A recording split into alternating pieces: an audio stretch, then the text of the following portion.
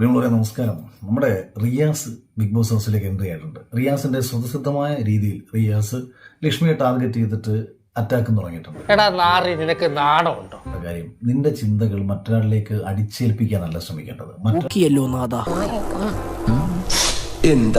ഉറക്കം വരുന്നു കൊണ്ടല്ല, അവരുടെ കയ്യിലിരിപ്പ് കൊണ്ടാണ്. ഇപ്പൊ ലക്ഷ്മിയുമായി ബന്ധപ്പെട്ട് റിയാസിന് സംസാരിച്ച സമയത്ത് നീ എടുത്തു പറഞ്ഞൊരു കാര്യമാണ് ഞാനിപ്പോൾ ഈ വീഡിയോ ചെയ്യാനുള്ള കാര്യം. പുറത്തുള്ള കുറെ ലൂസേഴ്സിന്റെ സപ്പോർട്ടിന് വേണ്ടിയിട്ട് ലക്ഷ്മി ഇങ്ങനെ സംസാരിക്കുന്നെങ്കിൽ എന്ന് പറഞ്ഞു. സീസൺ 5 വന്നപ്പോഴത്തേക്ക് പറഞ്ഞു പുറത്തുള്ള കുറച്ച് കൃമികളുടെ സപ്പോർട്ടിന് വേണ്ടിയിട്ടെന്ന് പറഞ്ഞു. സമനില തെറ്റി ചെയ്യുന്ന ഈ ഇടയായിട്ട് ഇതിന്റെ സ്ഥിരം പരിപാടിയാണ്. അപ്പൊ ഈ പുറത്ത് നോർമലായിട്ട് ജീവിക്കുന്ന നിന്റെ അച്ഛനും അമ്മയും ഉൾപ്പെടുന്ന ആൾക്കാരൊക്കെ പരാജയപ്പെട്ടവരും ക്രിമികളുടെയും കൂട്ടത്തിൽപ്പെടുന്നവരാണോ? ഇവിടെ മാനവ മര്യാദയ്ക്കും വിവാഹം കഴിച്ച് സന്തതി പരമ്പുകളെ സൃഷ്ടിച്ച് അതിലൂടെ ഉണ്ടായിട്ടുള്ള ഒരാളാണ് റിയാസും. എന്തായാലും റിയാസിനെ സംബന്ധിച്ചിട്ട് റിയാസ് മുന്നോട്ട് വയ്ക്കുന്ന ഒരു ആശയം കൊണ്ട് ഈ ലോകം നിലനിൽക്കുന്ന ഒരു ആശയമൊന്നുമല്ലല്ലോ.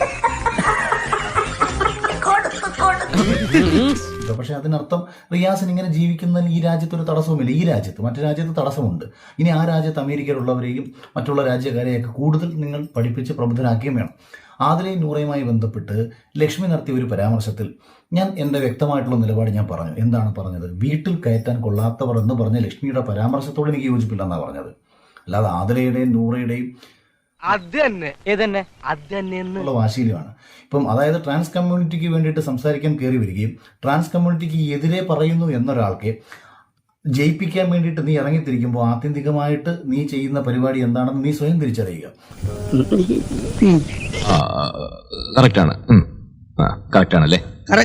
എനിക്ക് പ്രശ്നമൊന്നുമില്ല. എനിക്ക് എന്റെ വീട്ടിൽ കയറ്റാൻ താല്പര്യമില്ല. സ്വന്തം ഉപ്പയും ഉമ്മയും അവരെ വീട്ടിൽ കയറ്റാത്തവരാണെന്ന് എന്ന് ലക്ഷ്മിക്ക് എണീച്ചെന്ന് പറയാൻ കഴിയണം. അയ്യോ അങ്ങനെ പറഞ്ഞൂടാ, പിന്നെ ഞാൻ എന്തിനു വന്നു? ലക്ഷ്മിയുടെ സ്റ്റാൻഡിൽ ഉറച്ചു നിന്നു.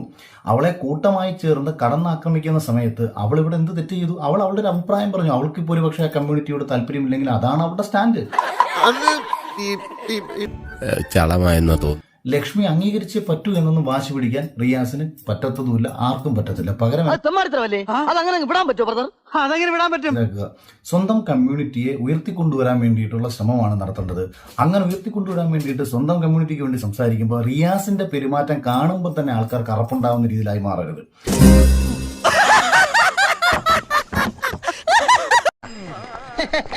ഓരോ ജന്മങ്ങളെ ിനുള്ളിൽ അനീഷുണ്ട്, ഷാനവാസ് ഉണ്ട്, അക്ബർ ഉണ്ട്. എല്ലാവരും ഈ റിയാസ് പറയുന്ന കേട്ട് താളം തുള്ളി നടക്കുകയാണ്. എന്താ കാര്യം? പൊതുസമൂഹം ലക്ഷ്മിയെ നെഗറ്റീവായി കാണുന്നു എന്നതാണ് ചിന്ത. ആ ചിന്ത മാറും.